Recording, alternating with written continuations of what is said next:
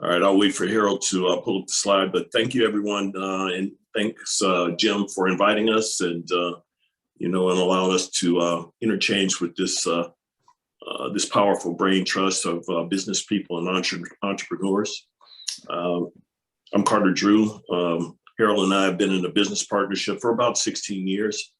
Basically, we act as strategic thought partners to executives and business leaders in Fortune 1,000 companies who are interested in improving their level of leadership effectiveness, developing a flourishing leadership culture, change management, and really making a significant impact on the business.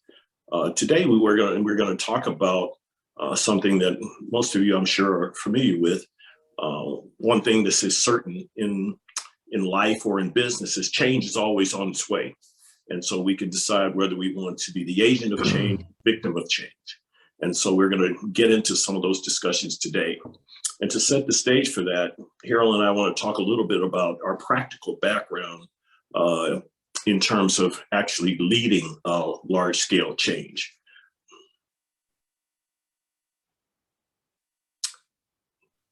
So from my perspective here, here's some of the things. We are both former McDonald's executives. In one of my opportunities, I led the Philadelphia region, which is all the stores in eastern Pennsylvania, the state of Delaware, and southern New Jersey. Changed out 10 or 15 department heads in the first 18 months and took all of the metrics of the region from the bottom 5 or 40 regions to the top 5 in 2 years. I had an opportunity to be the founding president, managing director of McDonald's South Africa. We were training people in New Zealand, Australia, and the UK. The first franchisees, Reginald Skosana, had never been in a McDonald's in his life until I sent him and a couple of other operators to New Zealand, along with probably almost 50 managers for 6 months of training before we launched the business there. And it was an incredible success. We set a new development record for McDonald's Corporation, opening 35 stores in our first 25 months. As a group vice president, I led a process called profitable market optimization, where we looked at marketplaces and really strategically positioned McDonald's brands around where new store development should happen, where rebuilds and relocations should occur, or where strategic reinvestment needed to happen in those restaurants. And then as a senior VP of restaurant operations for 2,500 store division, one of the major change operations that I led was transitioning 2,500 restaurants from a grill direct, if you remember the old time cards in the bin type of operating structure, to the made for you structure that you see today, and working with franchisees around that. So what's a little bit different around from in Harold and I's background is we not only coach around philosophies and thought processes and what we've learned, but we've actually led these large scale enterprises as well. And so Harold, I'll turn it over to you and share your perspective on your background. Yeah, just real briefly, my background is both in accounting and finance, but also in talent management and HR. Prior to getting into talent management, I was the controller for the US business at McDonald's, went back to school, fortunate to get into Harvard, where I studied leadership development, organizational design, and change. I came back as vice president of global change at McDonald's, where I led a huge global transformation, doing some of the work that you talked about, Dan, where we implemented a global platform across, at that time, 25,000 stores, common platform around HR, supply chain, finance, et cetera.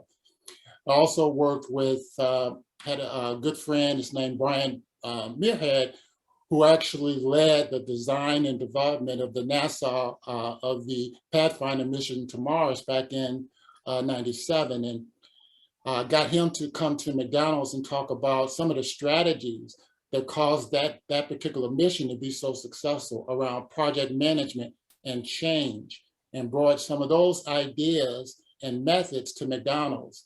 And during the process, I led 200 of McDonald's top executives to the change management process, which led to a large degree to the success of McDonald's turnaround back at that time. So that's a little bit about my background, but we'll share some of the insight with you as we go forward. Okay. All right, Harold, let's get into it. You know, we're really just going to start out with just kind of laying out the landscape of what we're going to be getting into today in terms of leading strategic change at the various levels from an organizational standpoint. So yeah, so what I'll start with is giving you an overall. What I'm going to be presenting is the highlights of a one-day program that we present. I'm just going to be pulling some of the highlights of that particular program. It starts with introducing some strategic change models, and we help the participants understand all the various best practice change models for them to identify the model that best suits their culture and then their organization. And then part two gets into change at the organizational level, change at the group level, and then change at the individual level. Because we believe when you implement and execute change, you need to think about it at all three levels. And so today we're going to have some discussions around some of the highlights of all the particular levels of change.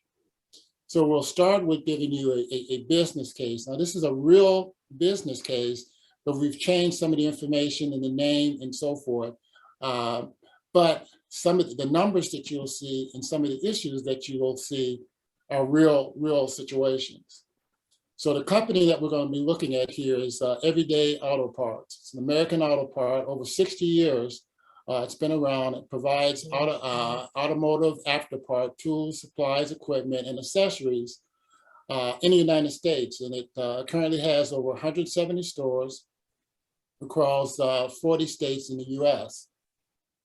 That's the organization, and it's dealing with some real challenges.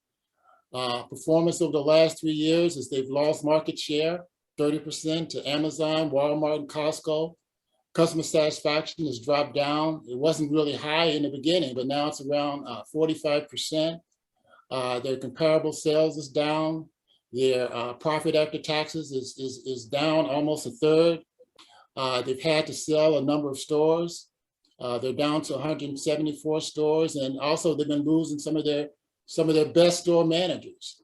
Over the last 3 years, they've lost 25% of the store managers. The employee satisfaction scores and commitment scores are down to 62%.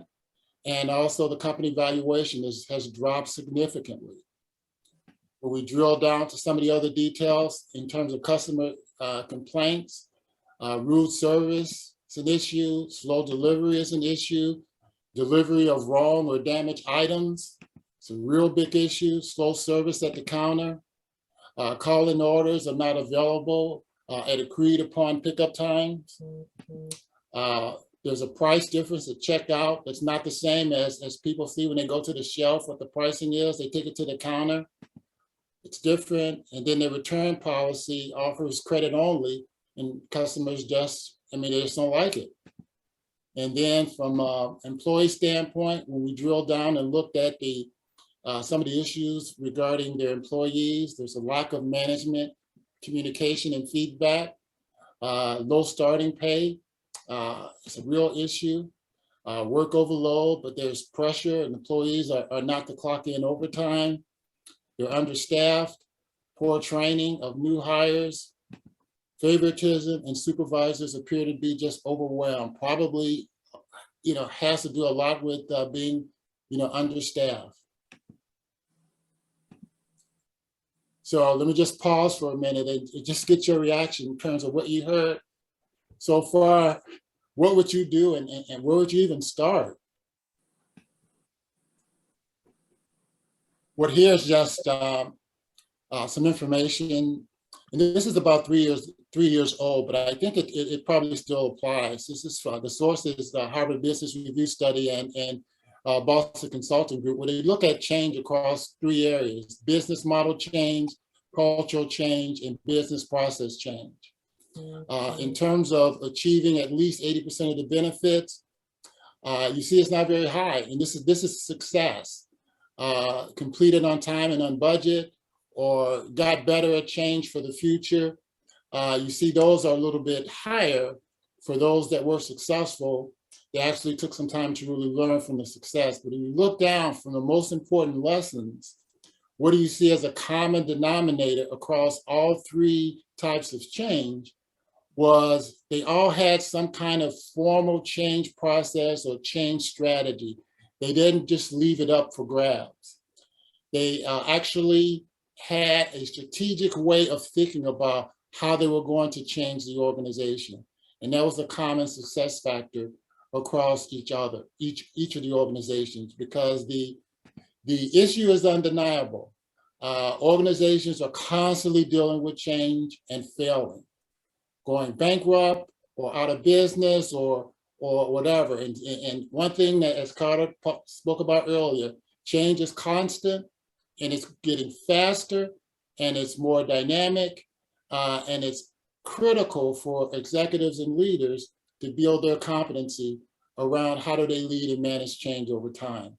And so the work that we do in this one-day workshop helps talk about the skills that are necessary. What I want to share with you now is just a short video. And one of the most important things that need to be understood regarding change is understanding the difference between management and leadership when it comes to change.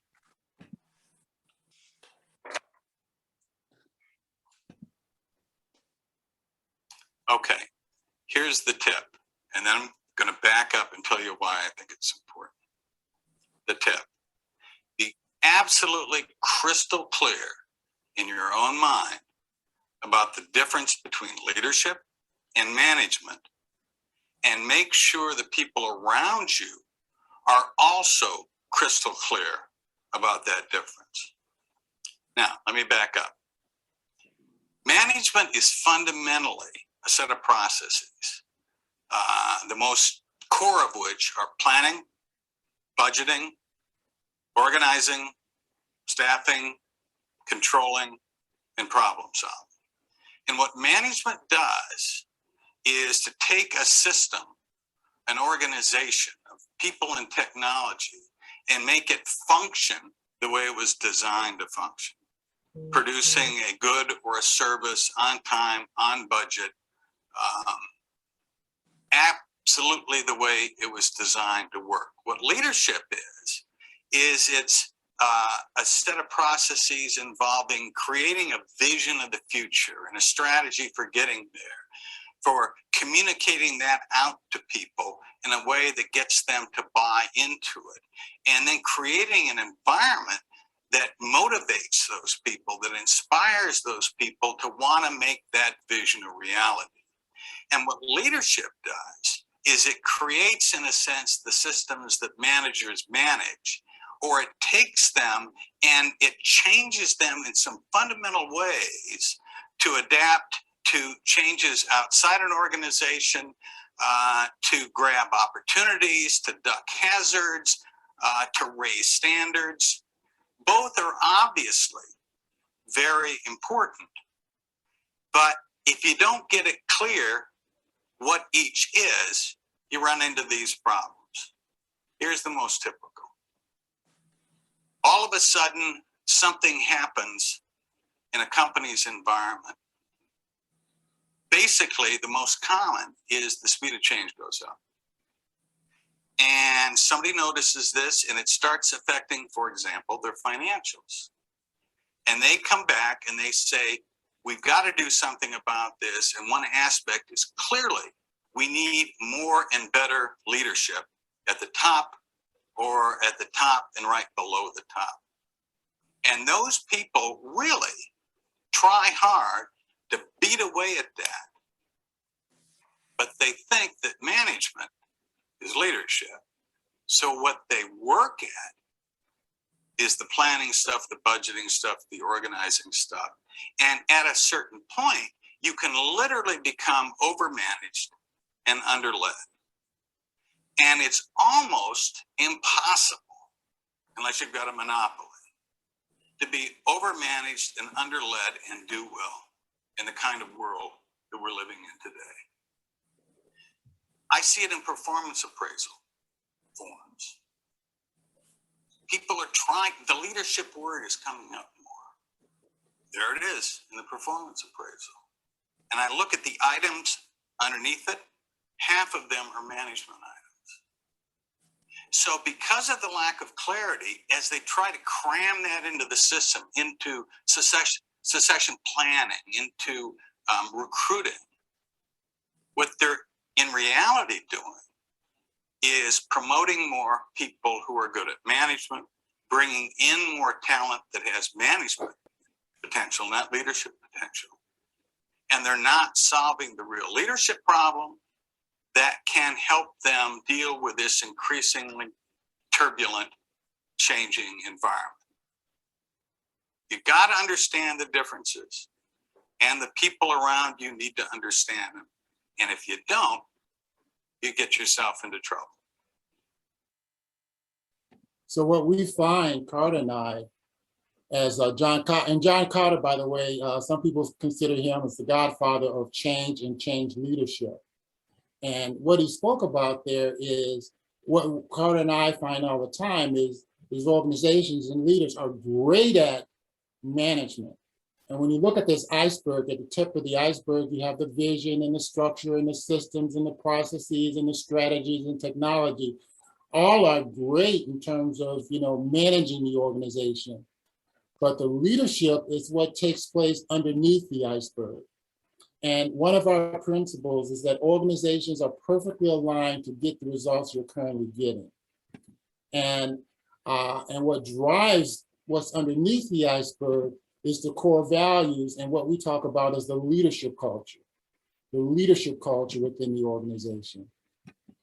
And we know that the leadership culture, or the culture in general, is a core driver for organizational success when you look at the numbers. Now, it's all kind of studies that are out there. This is one just happens to be by Fortune. But you can see time and time again, those companies that are rated best companies to work for, that have superior cultures, outperform others without question.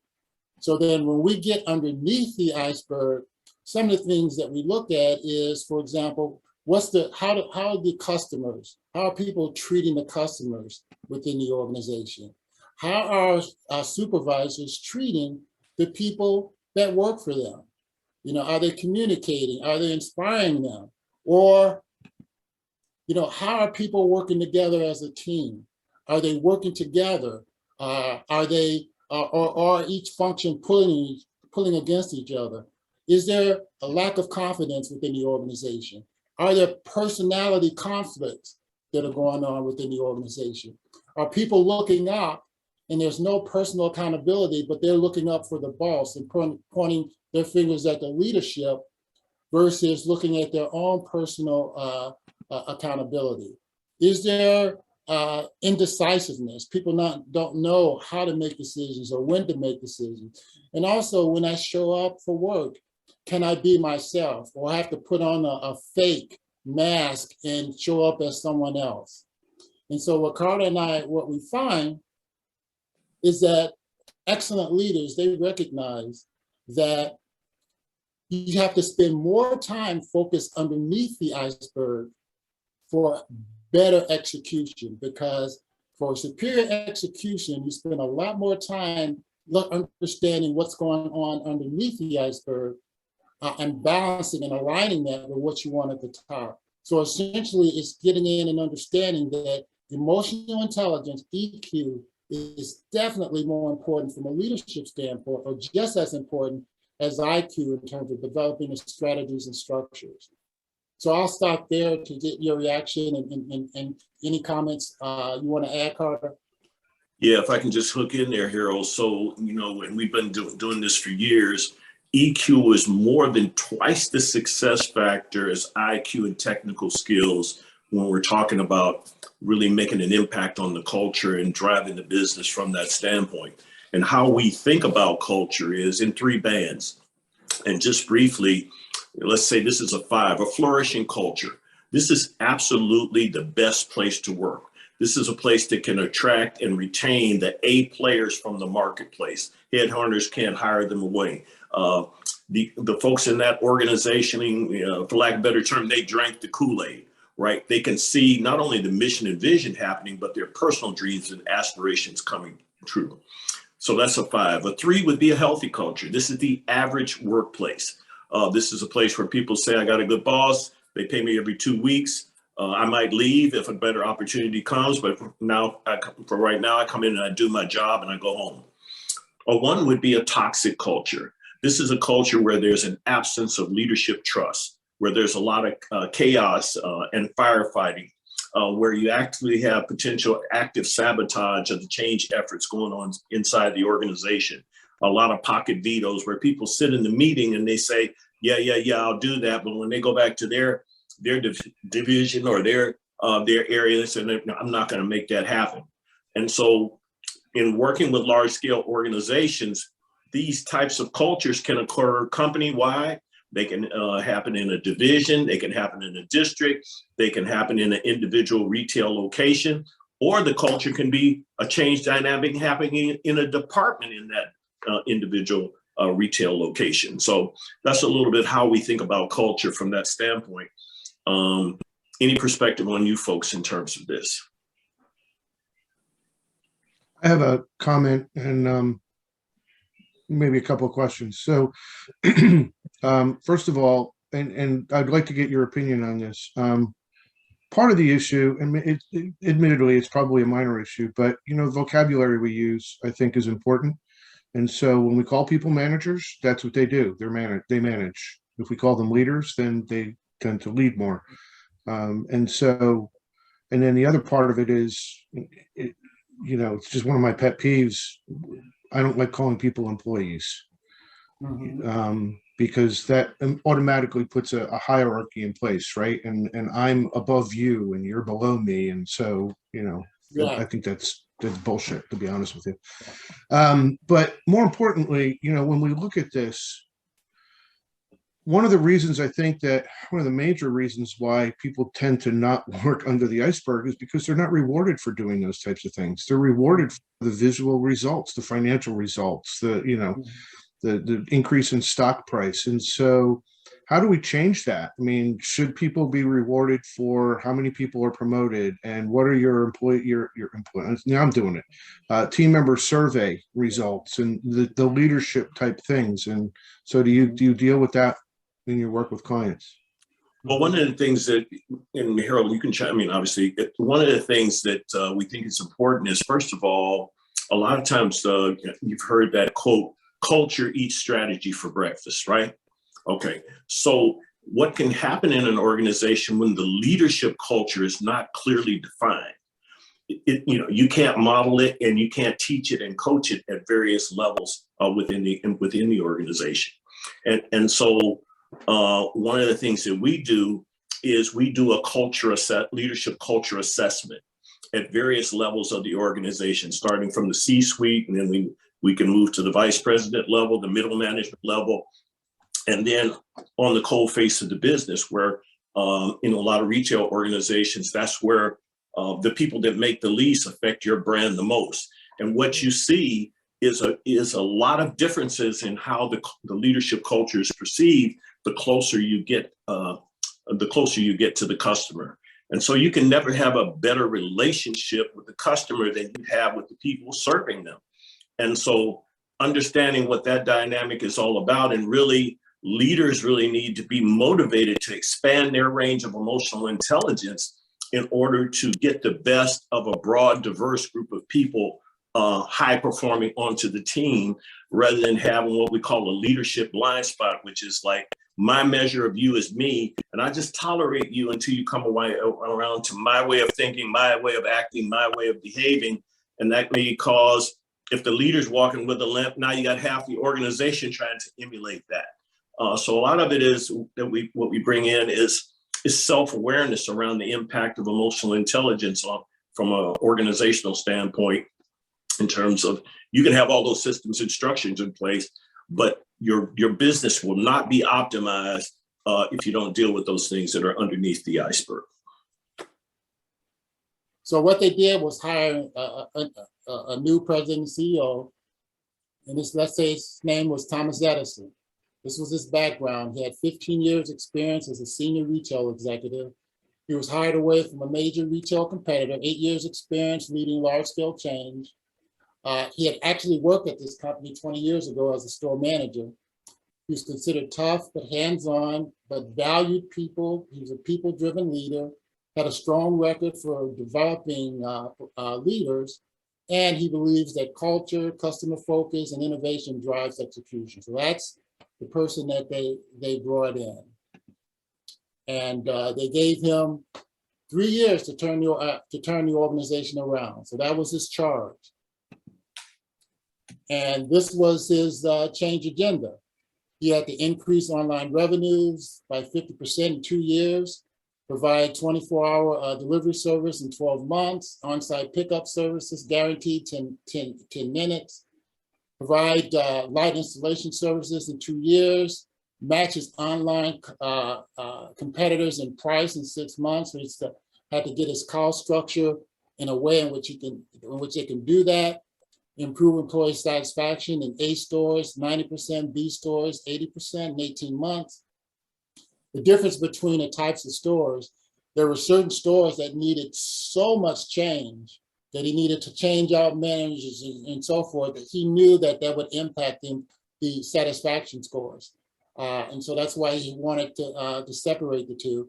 And then improve customer experience to 95% in 18 months, and then increase the valuation back to 2018 levels in 2 years. So that was his charge, which was huge. So given his change agenda, this was his organization. Let me just pause and tell you what he did for over 2 years. He spent 2 days. He spent 2 days with each leader to understand them as a leader, understand them in terms of their people skills, spend time talking to their organization, spend time talking to their team. And then as a result of that, this is what he came up with. And it's what we call the design default defiant. So let me explain what that means. When any organization is going through change, you find that there's 3 levels on average that are going through change in the same way. One group is called defiant. And the defiant group, they are anywhere between 20 to 25% where either they will never change or they won't change unless there is no other option. And then you have roughly about half that are default, and they will wait to see what's happening. They won't do anything until they're trying to figure out, where is the organization going? And this is particularly common in organizations that have gone through a lot of change and it's failed, and they haven't gone through with it.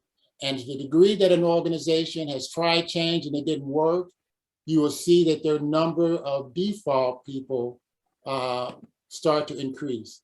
And then you have the designers. These are the people that believe that change is absolutely necessary. These are the ones that are in the leading edge of change. These are the ones that want to get included in that first opportunity to lead the organization. In fact, you might find designers secretly implementing change that they know that is necessary for customer satisfaction, employee satisfaction, because they know it's necessary and they work at it despite what's going on in the larger culture. And so what we find now, these numbers or percentages might change slightly, but on average, you find that it's twice as many default as it is in some of the other groups. So then, to give a better understanding of the 3 categories, defiant, they defy the process for change. They attack actively and passively the designers. They expect peer pressure to confirm, and they don't give change a chance to work. And the asset tech, if they are a defiant, not that they disagree with the change, because you might find people who are on one of the other 2 groups, they just have a better way to execute the change. So just because they disagree doesn't mean that they're defiant. The key is, what are they trying to protect? are they trying to protect the status quo? Then you have the default.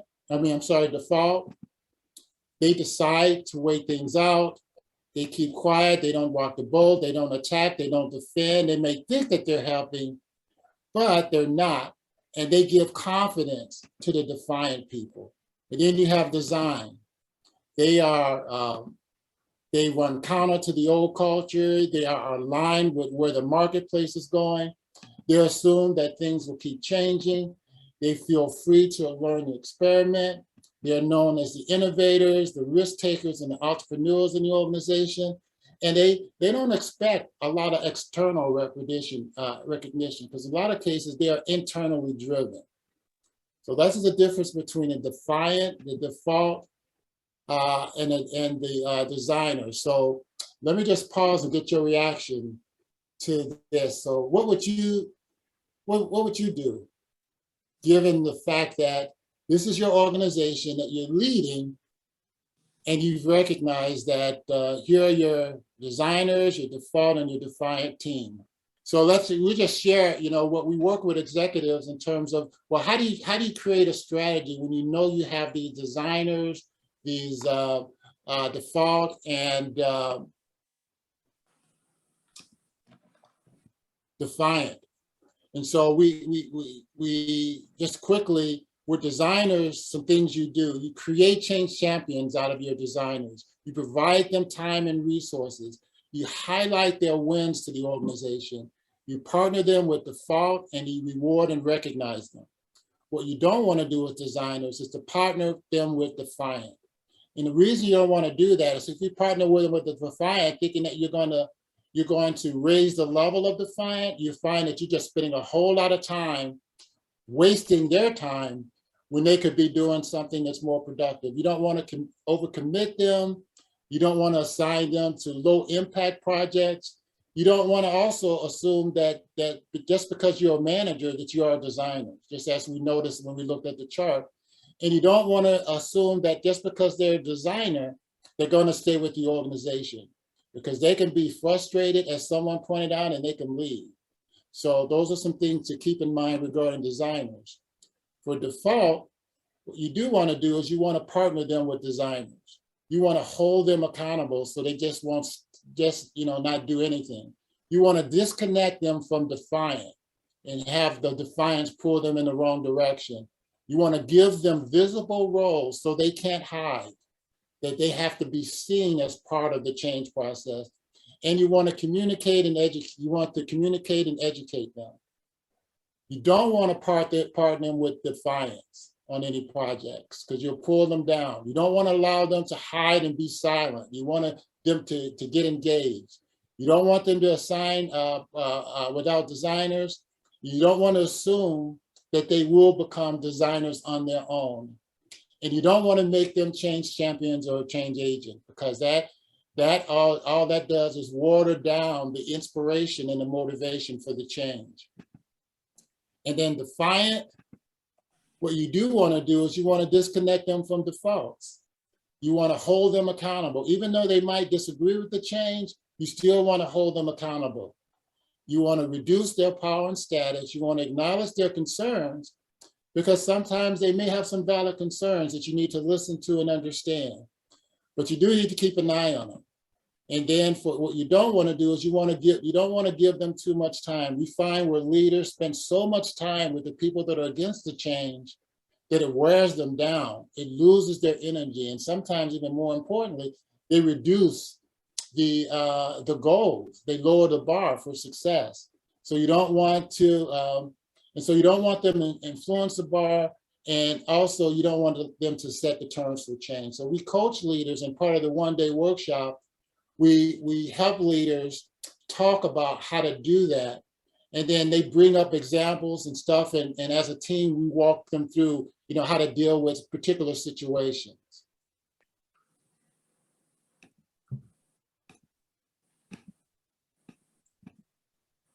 Carl, anything else you want to share on top of on what I just shared there? No, I think it just, it just drives home the point. You need to be clear who's where within the organization. So the part that we just spoke about there is terms of handling change at the group level. I want to give you real briefly our model for change at the organizational level. And it starts with first, making sure people are dissatisfied with the status quo. That's the first step. Then making sure that there's a compelling vision for the change. That's the second step. And then having practical first steps to close the gap between the dissatisfaction and the vision. And then along the way, helping people understand and believe that the change is possible. And all these things need to be greater than whatever the cost of the change would be. Because at the end of the day, all these elements are important. And if you miss any one of them, it can have a huge impact on change, particularly creating the level of dissatisfaction. That is absolutely critical. Without dissatisfaction, there's no movement. Without vision, there's no direction or uninspired. Without practical first step, wasted energy, and then lost momentum along the way. So these particular areas are really critical. But a short video we'd like to share with you is why this whole dissatisfaction is so critical. Whenever you're starting a major change, and it doesn't matter what kind of a change it is, if it's a merger, if it's a reorganization, if it's trying to change the culture somehow to make it less risk averse, the first step is always getting a sense of urgency up among the people who will be affected, getting complacency down, and also any other negative feelings, anxiety, anger, nothing else. That's first. And let me tell you why it's important. The vast majority of cases that I've studied over the years, that is not where people start. And I think it's directly linked to the fact that we have found that in 90% of the cases of significant change, people do not meet their aspirations that they had at the beginning of the change process. And in 20 to 30%, they will admit the whole thing was a complete failure and they had to abandon it or start over again. If you look at that 10% that do meet their aspirations, they get it done on time, on budget, without huge amounts of pain, always you find them starting with this sense of, let's get some urgency up that there is a problem, that there is a need for change, and complacency down. What do people often do besides that? They appoint a task force and they say, this is your mission. Very common. They take 2 or 3 smart people and they hire a consultant and they go off into a room and start working on the solution to the change problem. They do either one of those, but with a veil of secrecy behind it. Always with the logic being, we don't want to worry the troops. The people have got to get their jobs done today. We've got to meet the quarterly results. Worst case, it gets out to the press. And that creates a problem that could even affect our stock price. The problem is, if you don't get urgency up first, it's almost like you don't create a solid basis on which you can build this new, different, changed organization. And if you do anything else first, it might work for a little while. But eventually, when you're trying to, even when you're trying to pull people in to be a part of the change team, or if you're trying to get information from other people to create that strategy, or if you're trying to communicate that out, the basis isn't there for people to hear it, to want to hear it, to understand it. With complacency, people go, what? What's this all about? Why are you bothering me? What? This is a waste of time. So you got a brilliant strategy, and nobody wants to even hear about it because they don't get why you're worrying about the strategy. Or you're trying to pull Harry into this team that's going to make this thing work, and Harry's got 112 other things to do on his agenda. And maybe he politely says, okay, I'll do it. But he treats it on priority number 22. He comes to some meetings, misses some meetings, and is for all practical purposes useless because he didn't have the sense of urgency. This is, from the point of view of making big changes, a huge issue. People get it wrong all the time. You don't have to if you understand that simple tip.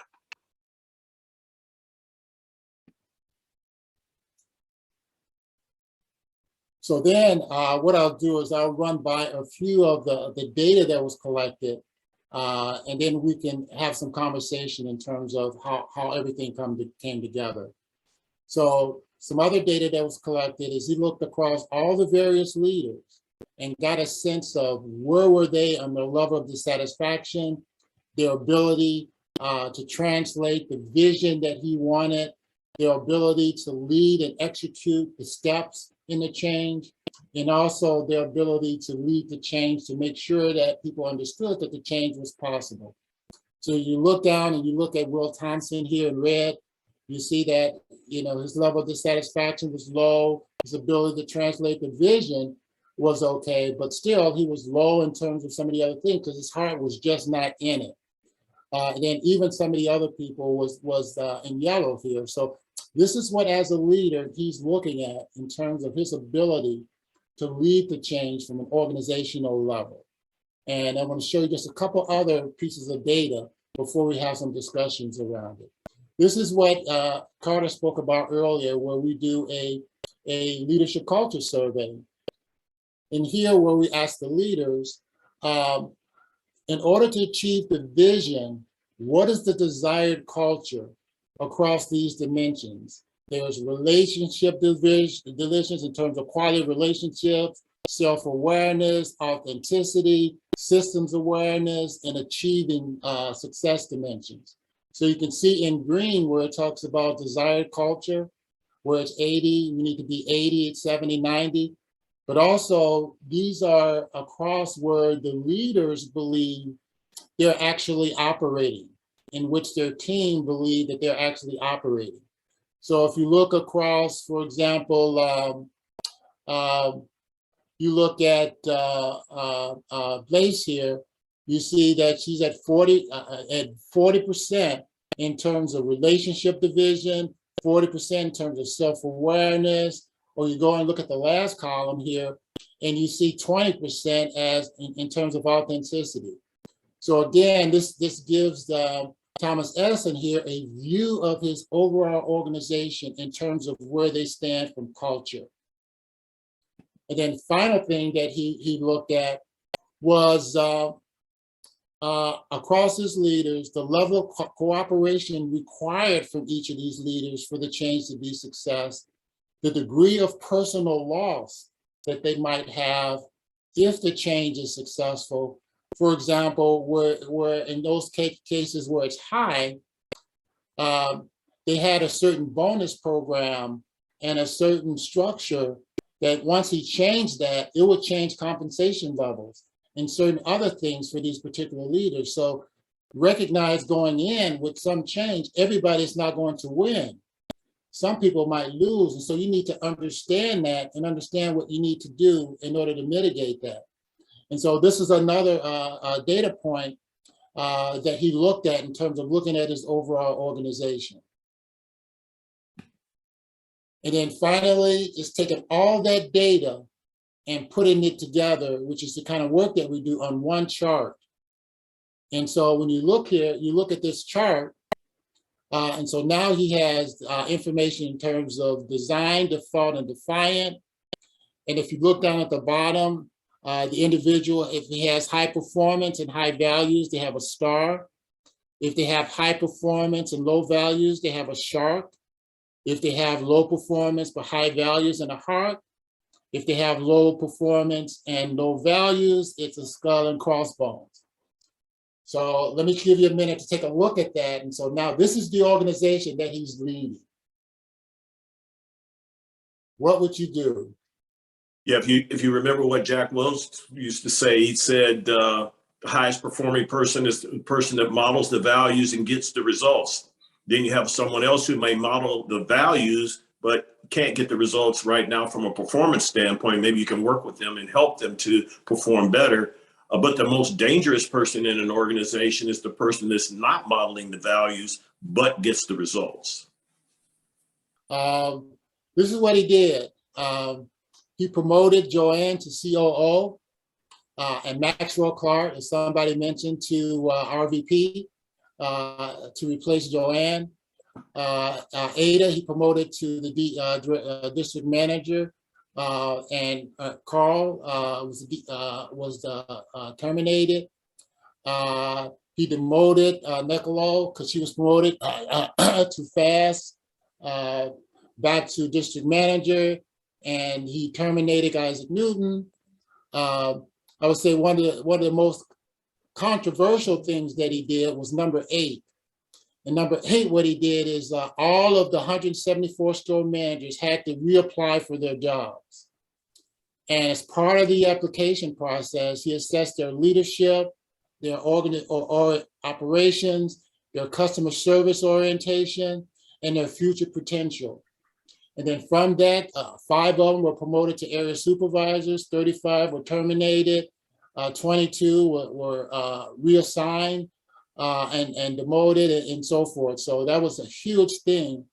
But also that sent a huge message throughout the organization that they were serious about the change. And then also with the understanding is they didn't have a whole lot of time to change, because that 3-year timeline is what he was given by a number of consultants, that if they didn't get that turned around, how fast Walmart and Costco and Amazon was eating up his market share. If he didn't get it done, it wouldn't be an organization to lead if that change didn't take place as quickly as it did. Yeah, so if we can just get any feedback from the group, Jim, any perspective on what we presented? What are you folks' thoughts? Well, I found this powerful from the first presentation, and I think the piece that was most impressive to me was the ability to identify, through your diagnostics, the people that were going to be your champions and those that were going to be working against you, and the people in the middle that maybe you could influence. Because, from my experience in the corporate world, that there's a deep state, and there's a lot of people that are working against you when you're trying to make change, and the ability to identify those folks isn't necessarily all that easy, and end up so that your change initiative isn't successful. So that's why I found your whole approach so powerful. Yeah, I thought it was an excellent presentation as well. Unfortunately, I got an 11 o'clock, so I'm going to have to jump. But it looks back to my career. I was a change leader quite a few times. Unfortunately, I usually got thrown into areas that needed lots of change. So this hits home. It reminds me of the on the bus, off the bus, good to great, kind of leadership, where you've got to make those decisions relatively quick. You can't let them fester.